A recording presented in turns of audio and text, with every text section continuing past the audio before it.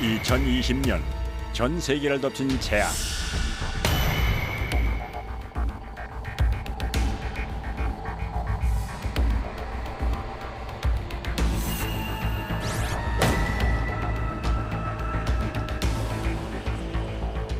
지금 언제 닥칠지 모르는 식량 위기가 점점 위협을 가하고 있습니다. 어느 쪽은 식량이 생산되는데 유통이 안 돼서 다 갈아엎고, 유통이 되지 못한 지역에서는 가격이 폭등하고.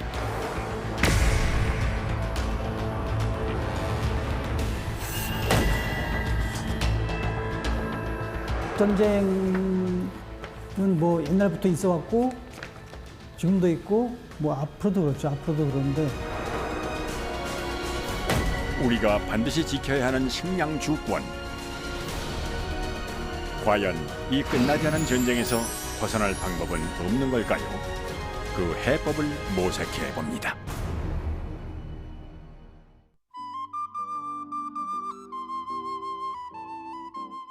전남 곡성 외딴 산골의 집 한 채.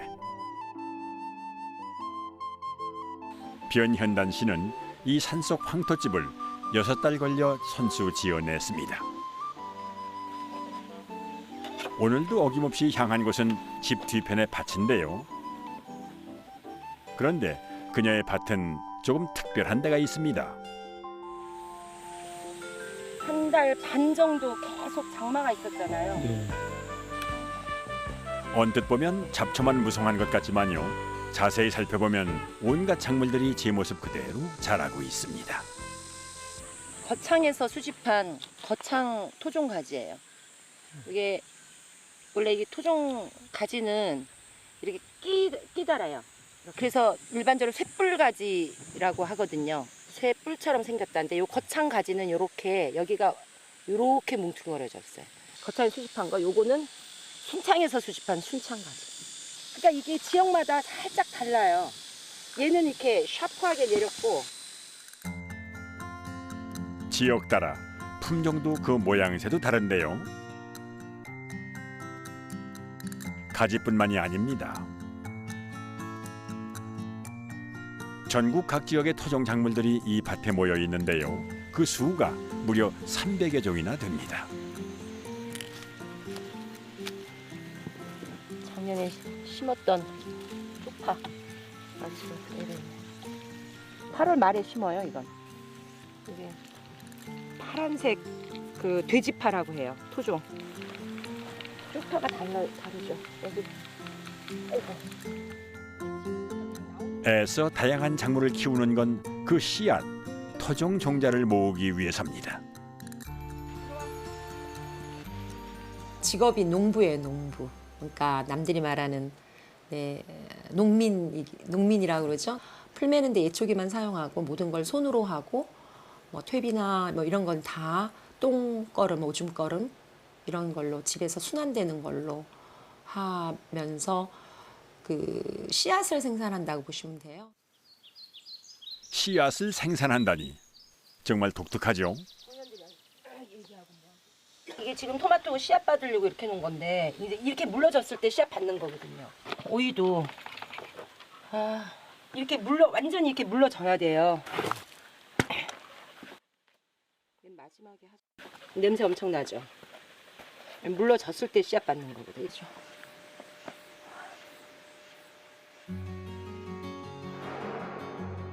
젊은 시절 사회운동을 벌이다 진정한 자유를 찾기 위해 선택한 귀농. 토종 종자에 관심을 가지면서 그녀는 씨앗을 수집하고 나누는 전국 모임까지 만들어 다양한 활동을 벌이고 있습니다. 2009년 9명으로 시작한 토종 씨앗 모임. 현재는 그 회원 수가 15,000명을 훌쩍 넘었는데요. 그동안 그녀가 부단히 노력한 결과입니다. 농부는 굶어 죽어도 씨앗을 베고 죽는다는 말이 있는 것처럼 농부에게 있어 씨앗은 생명이며 농업의 근본, 작은 옥수수 한 알도 마찬가지인데요. 옥수수가 다양하죠. 지금 이거 씨앗으로 이 썼던 한 10가지 종류의 토종 옥수수 그러니까 씨앗으로 다 하고 나서 이제 좀 먹으려고. 네, 그래서 온전한 씨앗들 이런 건 매옥수수죠. 그다음에 요거는 지금 흑찰 옥수수 이런 것 이건 아직 재래종 옥수수는 작은데 그 맛이 워낙 뛰어나가지고 좀 많이들 또 찾아요. 보통 우리가 아는 옥수수 종류는 두세 가지. 수많은 품종이 있는데도 존재 자체를 모르는 경우가 많습니다. 이유는 우리 주변에서 토종 종자를 쉽게 찾을 수 없기 때문입니다. 토종 씨앗이 우리나라에서는 1980년대 거의 대부분 사라졌어요. 소득작물을 하니까. 소득작물은 첫 번째가 수확량이잖아요. 일단 수확량이 많아야 되고 그다음에 두 번째는 기계화,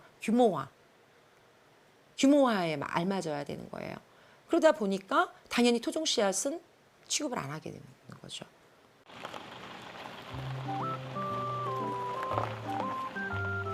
잊혔던 토종 종자를 찾기 위해선 오래된 농가를 수소문해 발품을 팔아야 합니다. 안녕하세요. 임성희 할머니. 잘 계셨어요? 네, 그랬죠. 완전 얼굴이 작년보다 훨씬 하얘지셨어요. 왜 그래요? 사랑합니다.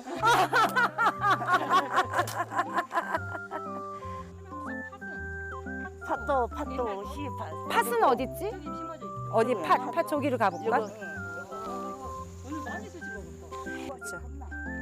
여기 이거 조선오이 여기에 저기 육질이 아주 살이 도톰하겠네. 여기 저는 진짜 좋아요. 이 농가는 과거 이미 수차례 방문한 곳인데요. 할머니도 워낙 많으시니까 이게 씨앗 창고에 있는 것들을 기억 못 하실 때가 있어요. 그래서 한두 번씩, 두세 번씩 오면은 또 그때마다 새로운 씨들이 한두 개씩은 나와요. 변현단 씨 일행에게 이곳은 보물 창고와도 같습니다. 이거 검은 진저리, 이거 보리콩? 아니면 그냥 완두콩인가? 완두콩. 이거 검은 진저리, 검은 진저리. 밤콩은 할머니? 네? 밤콩. 밤콩. 자, 이거 밤콩. 오케이. 이제 없어, 이상 없어. 오케이, 할머니 깨는 누가 좀 필요한 사람은 주고, 나눠주고. 또 애기들 또 이제 주고 나눠 먹고 그러지. 진지리. 그치. 그러니까 이 진질이란 말이 무슨 말이에요? 눈이 적은 사람 보고 진질이. 아, 눈이 작은 사람 진질이라고 얘기해요? 눈이 적은 사람은 지질이도 적네. 아, 지질이도 적네. 아, 또 적네. 또 뜻이 지질이도 적네. 새로운 토종 씨앗이 발견되면 단순히 수집만 하는 게 아니라 유래와 특성, 재배법에 대한 정보를 함께 기록합니다. 곡성 2020으로 해라 일단. 곡성 2020. 좀 더 줘. 우리 전재산 다 나가는. 다 나와야 돼. 씨앗을 두고 종종 신경전도 벌어지는데요. 아, 멍덕파들 야, 남자 멍덕파 해야 돼. 그래, 자, 이 멍덕파부터 합시다. 파. 아까 참말로 그냥 왜 살릴 거니까 하자니. 자, 그런데 변현단 씨 일행이 이처럼 토종 종자를 수집하는 이유는 뭘까요? 그것은 바로 토종 종자가 식량 주권을 지킬 수 있는 열쇠이기 때문입니다. 획일화된 정보 보급종이 퍼지고 그걸 재배해오니까 뭐 이런 자연재해가 있거나 아니면 기후 변화에 의해서 다 망해요. 그럼 살아있는 종자가 없는 거예요. 토종 씨앗은 중요한 거는 각 지역마다 기후마다 다 다르기 때문에 그 다르게 적응되어 온 종자들이 있다라는 거예요.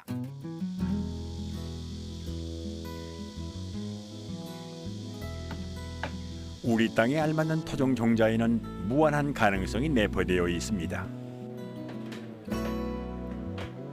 씨앗을 보관하고 나눔하는 이유도 그 잠재된 우수성을 알리고자 하는 건데요. 현재까지 그녀가 모은 토종 종자는 약 7,500점에 달합니다.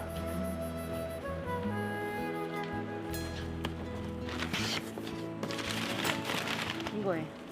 분홍 감자인데 옛날부터 먹어왔던 감자. 일반 저희가 아는 감자하고는 또 다르죠.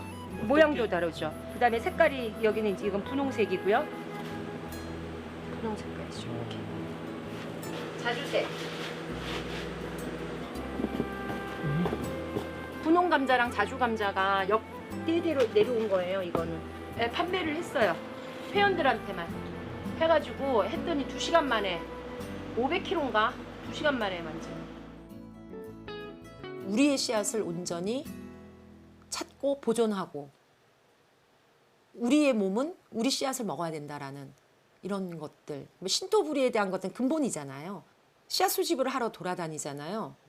그러면은 할머니들조차도 그런 얘기해요. 독립운동하네. 경제적인 논리에 의해 점차 사라진 토종 종자들. 우리가 거의 주식처럼 먹는 밀 또한 그 중에 하나입니다.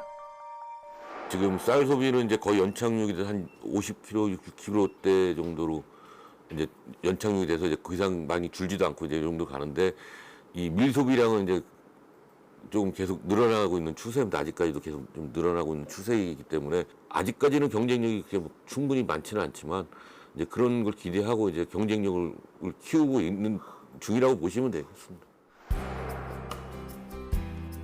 우리 땅에서 완전히 사라질 뻔했던 토종 밀. 그나마 민간단체에서 이어진 우리 밀 살리기 운동으로 아직은 그 명맥을 이어가고 있습니다. 83년도에 수매가 중단되면서 90년대에 들어오니까 종자가 없어져 본 거예요. 근데 우리나라는 종자도 없다는 것이 말이 되느냐. 그러니까 밀을 살려내야 한다. 그래가지고 이제 종자 30만 가마니 살리기 운동으로 시작된 거예요. 만약 토종밀 소비가 활성화되면 그저 수입 의존도가 적어지는 효과만 있을까요? 우리는 토종밀의 우수성에 대해 알아야만 합니다.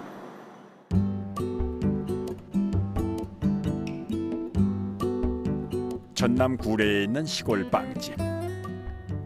여느 빵집과 다름없어 보이는 이곳은 언젠가부터 입소문을 타고 여행객들이 찾게 되면서 지역 명소로 자리매김했습니다.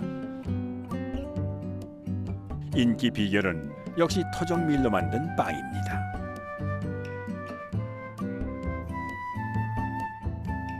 네, 여행 온 김에 한번 들렀어요. 근데 좋은 재료라는 것만으로도 네, 신뢰가 가는 것 같아요. 빵을 찾는 손님이 많아 주말에는 대기 명부를 작성해야 하고 평일에도 오후 3시가 되면 동이 나는데요. 오시는 분들이 그거 질문 많이 하세요. 대표 메뉴가 뭐냐, 제일 잘 나가는 게 뭐냐. 다 괜찮은데 제가 추천을 드리고 싶은 거는 호밀빵, 뭐 이런 호밀빵, 그다음에 이제 안전뱅이. 저희가 이제 추가하는 우리밀의 구수한 그런 맛을 느끼실 수 있는 진정한 빵이라고 할 수 있죠. 저는 이런 거를 추천드려요. 드셔보시라고. 역시 가장 인기 있는 메뉴는 밀 고유의 맛을 느낄 수 있는 것들. 빵집 주인 장종근 씨는 이 고유의 맛을 살리기 위해 계란, 버터, 우유를 사용하지 않습니다. 주변에서 우리 밀이 나와 있는데 굳이 저희가 수입된 밀을 사용해서 빵을 만들 필요가 있겠느냐는 생각을 하게 됐죠. 그래서 이게 출발하게 되었고, 그리고 이제 만들다 보니까 사실 제가 먹었던 빵 맛과는 굉장히 다른 맛이었어요. 풍미도 훨씬 좋았고. 그 우수성을 증명한 토종 밀. 수입밀 같은 경우에는 이제 배로 타고 들어오기 때문에 3개월, 6개월 이렇게 오다 보니 이제 그 밀이 가진 고유 향 같은 게 사실 없어요. 사실 우리 밀 같은 경우에는 이제 갓 수확한 밀도 있고 또 가까운 곳에서 재배하기 때문에 사실 그 향을 좀 간직하고 있죠. 그래서 이제 그 향 자체가 이제 빵으로도 많이 표현이 되죠. 식량 주권을 지킬 수 있을 뿐만이 아니라 알고 보면 엄청난 경쟁력을 가진 게 바로 우리의 토종 종자입니다.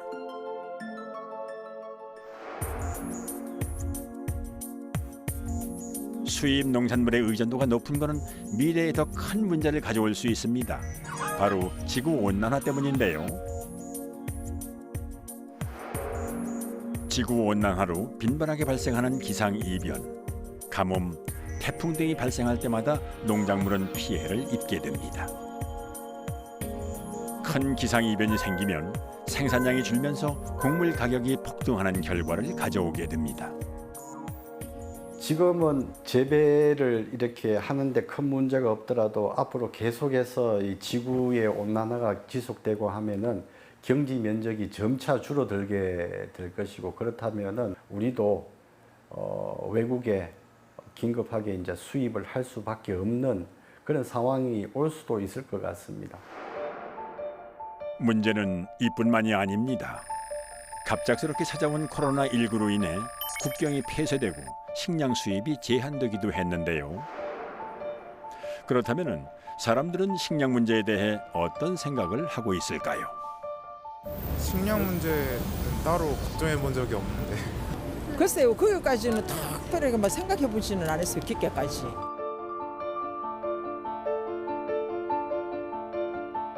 조사 결과 우리나라 국민들 중 식량 위기에 대해 제대로 인지하는 비율은 절반이 채 되지 않았습니다. 외국 농산물이 또 뭐 그 문제 없네 이런 인식들이 아직 강해진 것 같습니다. 그러다 보니까 이제 우리나라 농산물이나 외국 농산물 그게 그거지라고 생각하시는 분들이, 소비자분들이 아직 이제 좀 많아진 게 원인이 되지 않겠나 이렇게 생각을 합니다. 품질이라든지 생산성은 높이고 있지만 이제 그런 부분들을 이제 소비자분들은 좀 아직 체감하기에는 이제 하는 게 쉬운 부분은 아닙니다. 식량 위기에 대처하려면 토종 종자 보존뿐만이 아니라 새로운 종자 개발 또한 중요합니다.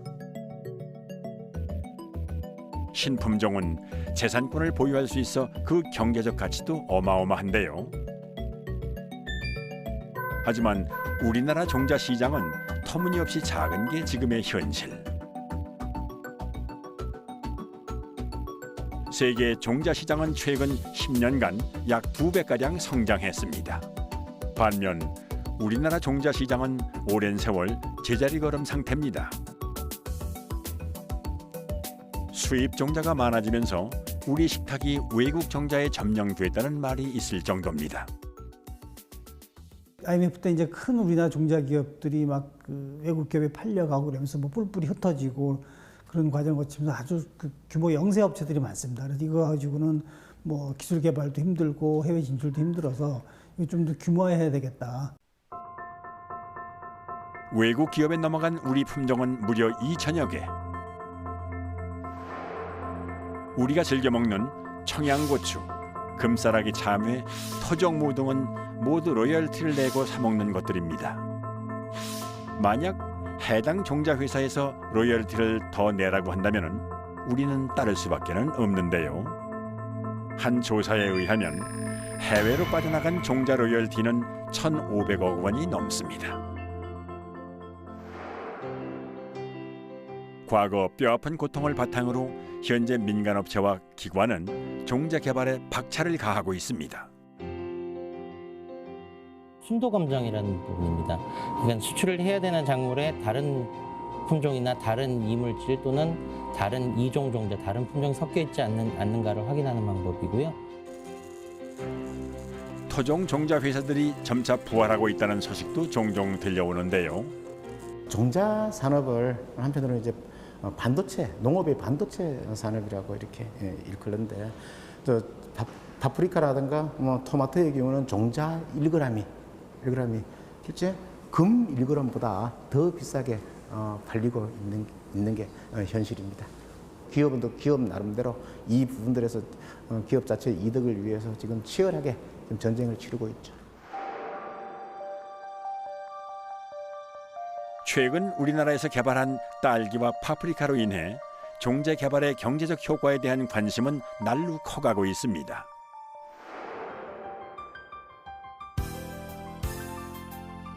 종자 개발로 우선 도움을 받는 건 농가인데요.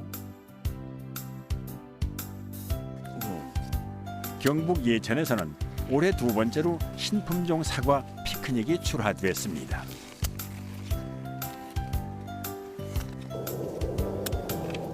나들이 가기 좋은 9, 10월에 수확된다 해서 붙여진 이름 피크닉. 피크닉이라는 신품종입니다. 요거는 이제 사과 연구소에서 후지하고 산사를 교배한 품종이에요. 참 탐스럽게 생겼죠.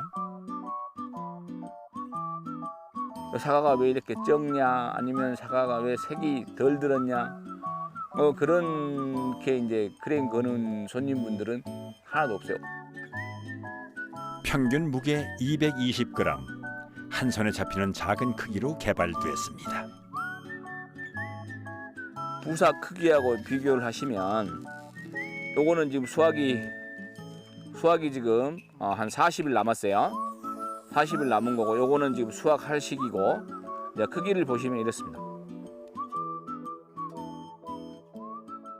1인 가구 시대가 도래를 하게 되면 사과를 좋아하는 사람들은 이렇게 잔 사과를 찾을 수밖에 없다. 그런 생각을 했죠. 예천군 농업기술센터에서는 지역 농가들이 피크닉을 재배할 수 있도록 도울 예정입니다.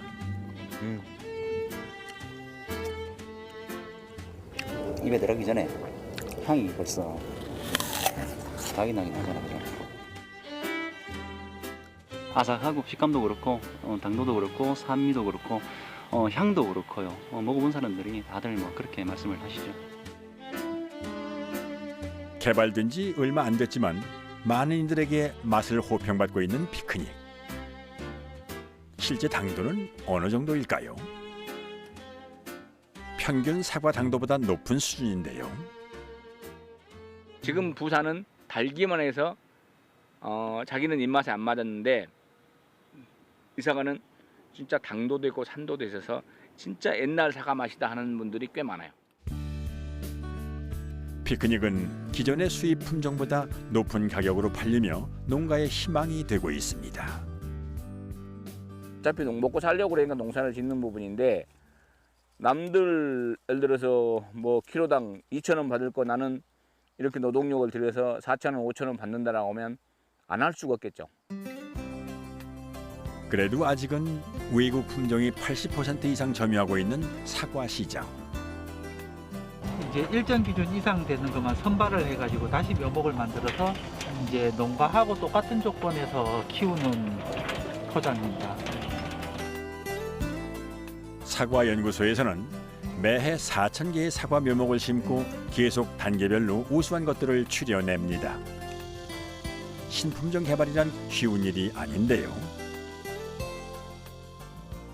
시작을 하고 20년 동안 계속 관찰을 하고 평가를 해야 시장에 내놓을 수 있을 만한 품종이 나오게 되는데, 그 기간 동안 이제 꾸준히 관찰하고 평가를 해야 되는 게 시간이 많이 오래 걸린다는 게 좀 그 사과 육종과라서 애로 중에 하나입니다. 수십 년 동안 노력해 얻어낸 신품종은 5가지. 신품종을 찾기 위해 연구소에선 맛뿐 아니라 단단한 정도라든지 착즙량, 병충해에 대한 저항성 등 다양한 조사가 이루어집니다.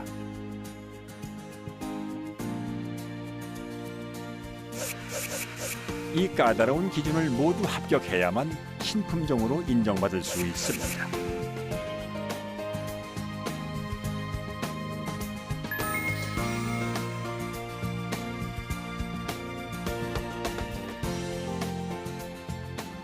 이 품종은 썸머킹이란 품종인데 농가들이 그 여름 사과로 아주 선호를 하고 있습니다.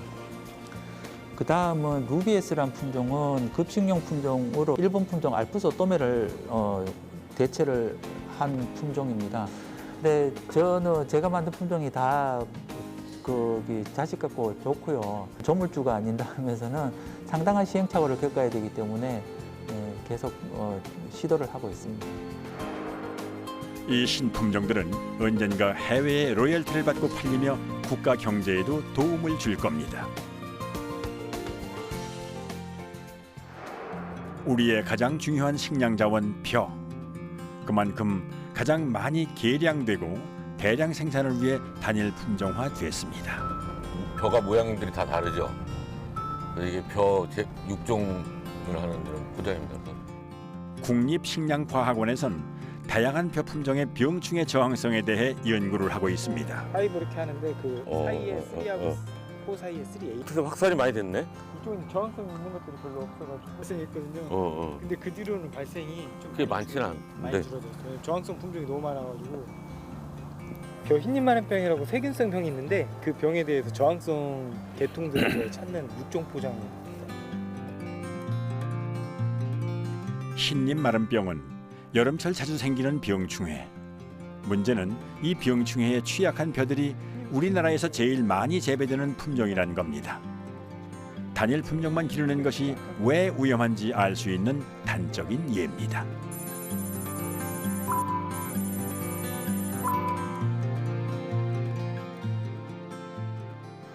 지금 우리나라에 지금 이 품종 같은 경우도 사실은 지금 전라도 지역에서 제일 많이 재배되는 품종이에요. 우리가 시험을 하느라고 만들었지만 만약에 현실로 돌아가서 일반 포장해서 이런 식으로 됐다.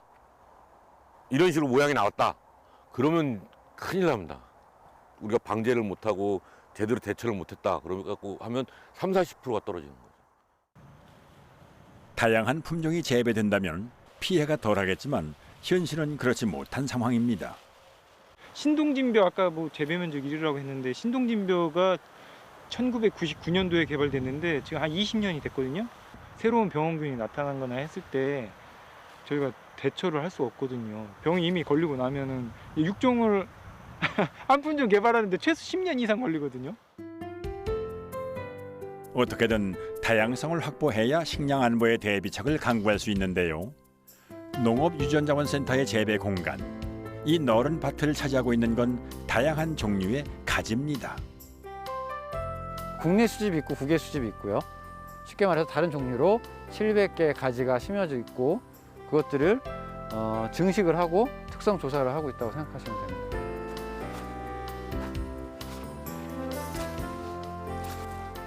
이거는 야생가지입니다. 야생가지. 외국에서 들어온 가지인데 가지의 야생종이에요. 병에 강한 걸 수도 있고 아니면 여기에 좋은 성분이 들어갈 수도 있고 그래서 새로운 품종을 만드는데 재료로 활용이 될 수 있습니다. 이것들이 모두 가지라니 믿기시나요? 참 그 모양이 가지각색입니다. 이런 가지 같은 경우는 지금 조지아에서 도입이 된 거예요. 조지아에서 수집을 한 거거든요. 그 나라에 이제 제가 막 그 한 20일 정도 수집을 다녔거든요. 다니면서 그 중에 굉장히 산악지대에 조금 이제 높은 그런 데서 한 비포장 도로를 한 4시간, 5시간 정도를 갔어요. 그래서 굉장히 그 허리가 아팠던 기억이 납니다. 직접 해외로 가 기관은 물론 재래시장까지 헤매며 구해온 종자들입니다. 유전자원에서 제일 중요한 거는 다양성이거든요.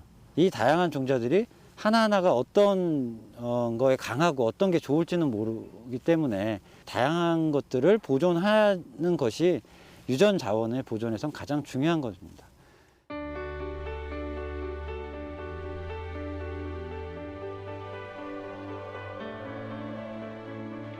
다양한 품종의 가지들은 열매가 맺히면 씨앗만 채종해 따로 보관됩니다.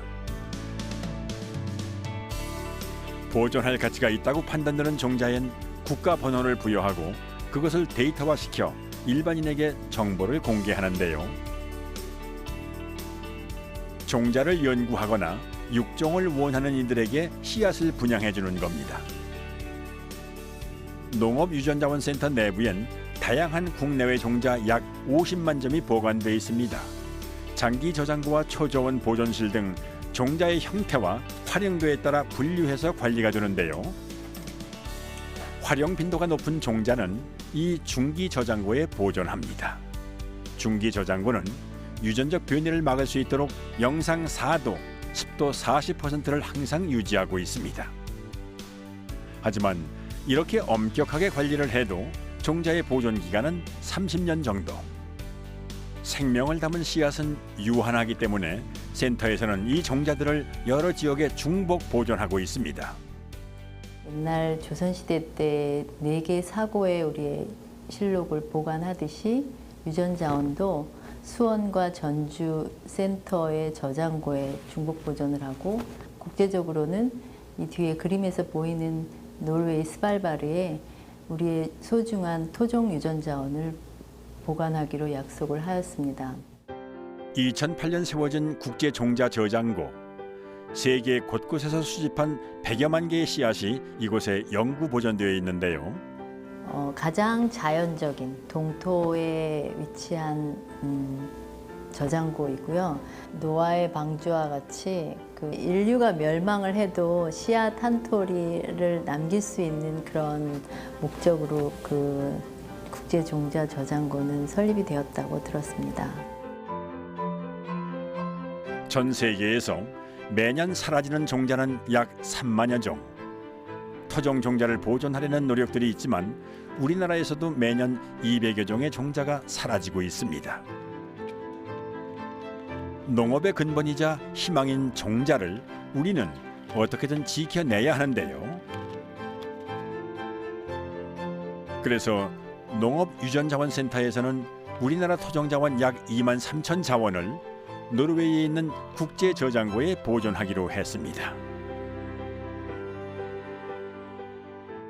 이번에 3차로 저희가 스발바르 노르웨이 국제종자 저장고로 발송이 되는데요. 만여 자원 정도가 발송이 될 예정입니다.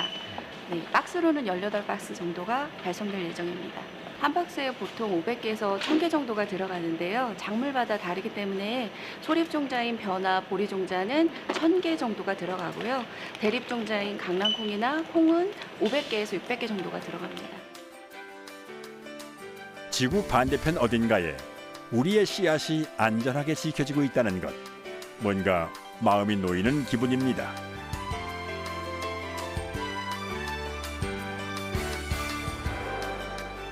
이처럼 어떤 이유에든 한 번 사라지고 나면 되돌릴 수 없는 소중한 생명의 근원. 우리나라에서도 세계 종자 보존을 위해 국립 백두대간 수목원에 4년 전 특별한 건물이 지어졌습니다. 지하 46m 터널형 구조로 어떠한 충격에도 버틸 수 있게 설계된 공간, 국제 종자 저장고 시드 볼트입니다.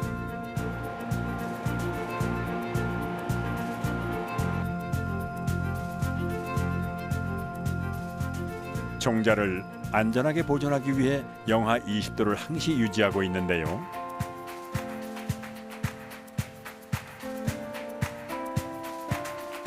전 세계에서 국제 종자 저장고는 단 2곳.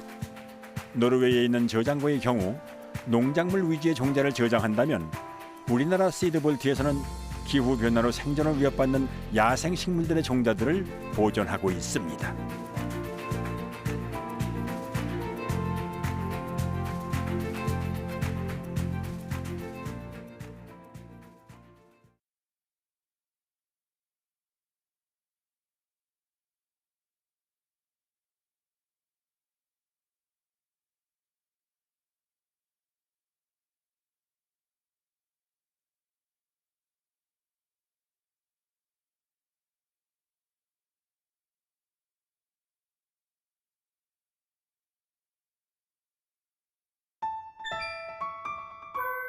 (2016년) 운영을 시작해 현재까지 전 세계 약 6만 점의 야생식물 종자가 이곳에 보존되어 있습니다.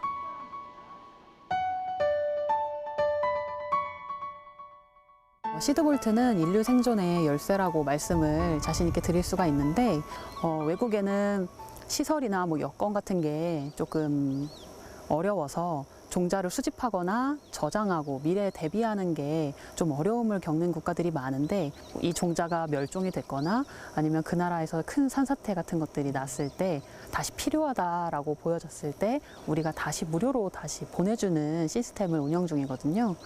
그래서 이런 시설이 우리나라에 있다는 거에 대해서 국민들께서 자긍심을 가지셨으면 좋겠습니다. 우리가 즐겨 먹는 육류 또한 식량 안보의 중요한 요소입니다. 우리나라 육류 소비량은 해가 갈수록 늘어가는 추세인데요.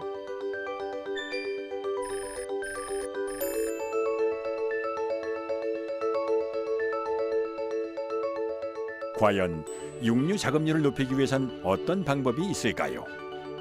경남 거창 덕유산 자락에 있는 돼지 농장. 이곳에서 해답을 찾아보았습니다.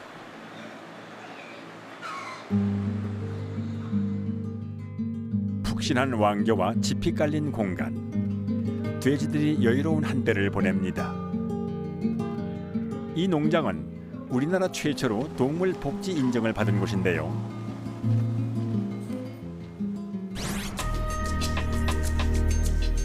기존의 돼지 사육은 효율성을 높인다는 명목 아래 비좁은 공간에 최대한 많은 돼지를 사육하는 방식이었습니다. 자유롭게 움직일 수 있는 게 간행사육하고 다른 겁니다. 첫 번째는 사육 밀도입니다. 간행사육을 하면은 이 면적만 가지고 한 4,500두를 수용해야 됩니다.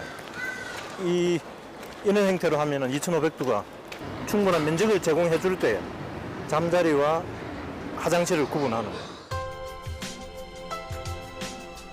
편안하고 청결한 곳에서 마음껏 뛰어놀다 보면은 스트레스를 받지 않아 돼지의 면역력이 높아집니다. 당연히 바이러스에 대한 저항력도 높아지는데요.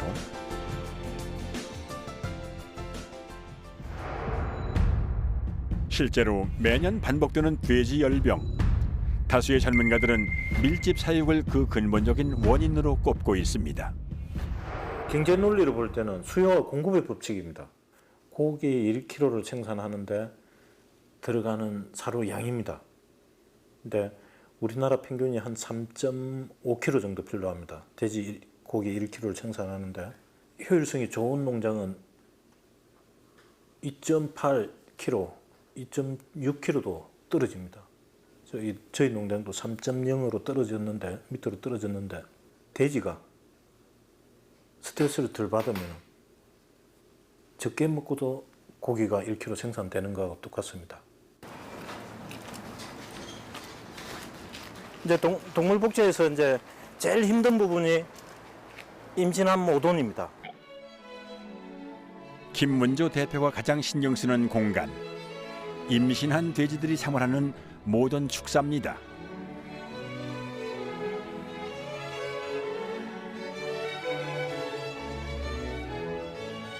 임신 초기부터 출산 전까지 3-4달의 기간 동안 모돈들이 시간을 보내는 곳.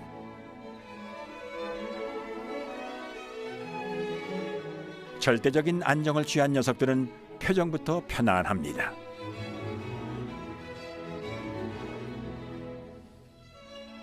안 먹었어.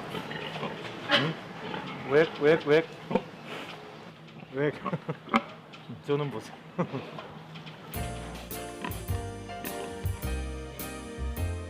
언제나 사람의 입장이 아닌 돼지의 입장에서 불편함이 없을까 살핀다는 김문조 대표.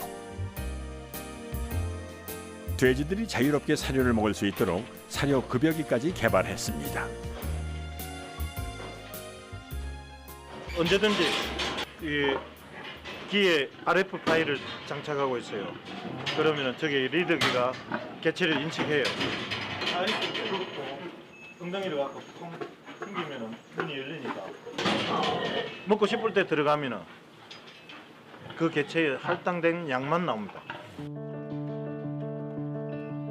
예전엔 약한 녀석들이 힘에 밀려 사료를 먹지 못하는 경우가 있었지만 이젠 공평하게 배를 채울 수 있게 됐습니다. 국내 동물복지축산의 개척자로 불리는 김문조 대표. 유럽의 축산 농가를 직접 찾아다니며 노하우를 쌓았습니다. 동물복지를 위해 인생의 긴 시간을 정말 쉼 없이 달려왔습니다.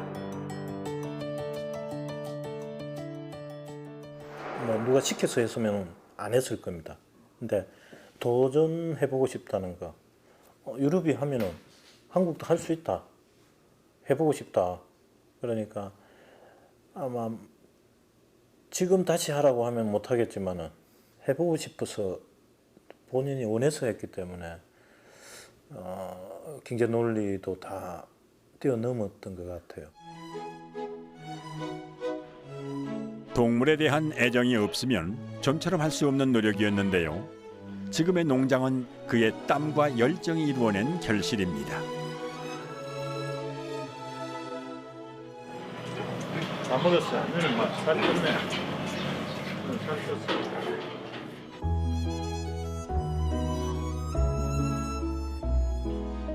얘는 계속 따라다녀.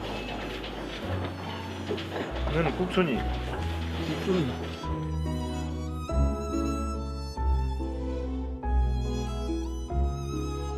최근 김문조 대표는 새로운 도전을 시작했습니다. 출산하는 돼지들에게 지금보다 더 나은 환경을 제공하려는 건데요. 복지 분만틀을 덴마크에서 수입해가지고 지금 설치 중에 있고 일부는 돼지가 입식이 되었습니다. 입식이 되었는데 아마 앞으로 저희 생산성이라든지 어떤 동물 복지 관점에서 볼 때도 최소한의 스트레스로 사육이 될 수 있을 것 같습니다. 기존의 분만틀은 출산 이후에도 고정되어 있어 모든을 움직일 수 없게 합니다. 복지 분만틀은 산후 통증이 사라질 즈음 자동으로 해체되며 모든의 고통을 덜어주는데요. 김문조 대표는 이 복지 분만틀을 대규모로 설치할 계획입니다.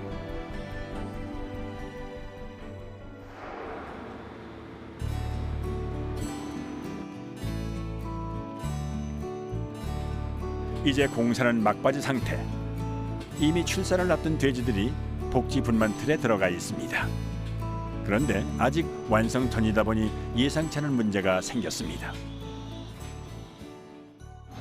이쪽하고 저쪽 비슷하게 해놔놓고.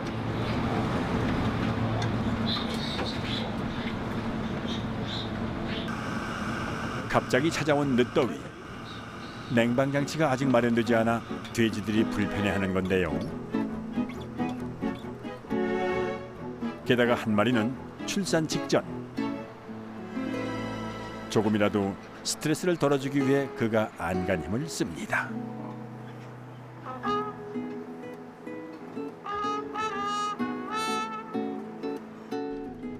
잠시 후 새로운 생명들이 태어나기 시작했습니다.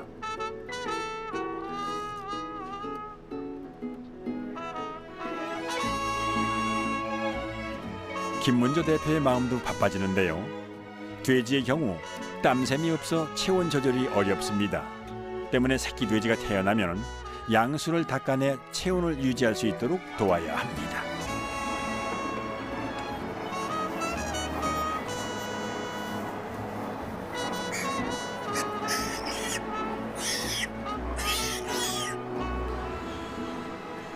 젖을 물리고야 그의 마음이 놓입니다.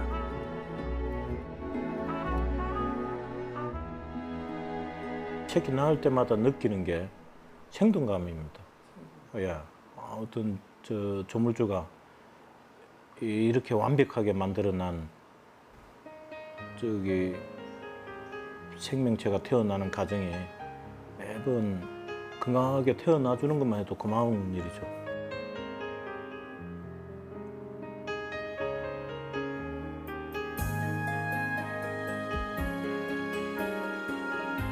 약하게 태어난 녀석들은 엄마 대신 직접 젖을 짜 먹이는데요. 어떻게든 모든 새 생명들이 건강하게 자랐으면 하는 마음입니다.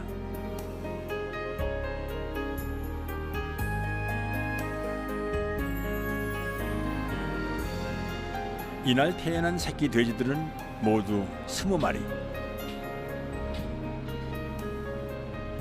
보통의 농가들보다 훨씬 웃돌고 동물복지 선진국의 평균 생산률에 가까운 수치입니다.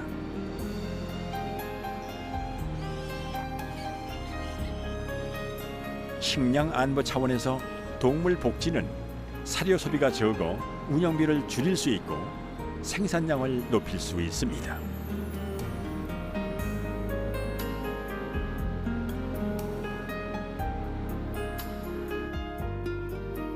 결국 동물과 인간이 상생하면 모두에게 좋은 일, 김문조 대표가 꿈꾸는 미래이기도 합니다. 정말로 돼지한테 최소한의 배려만 한다면 눈에 안 보이는 작은 차이지만은 결국은 경쟁력이 될 수밖에 없다고 봅니다.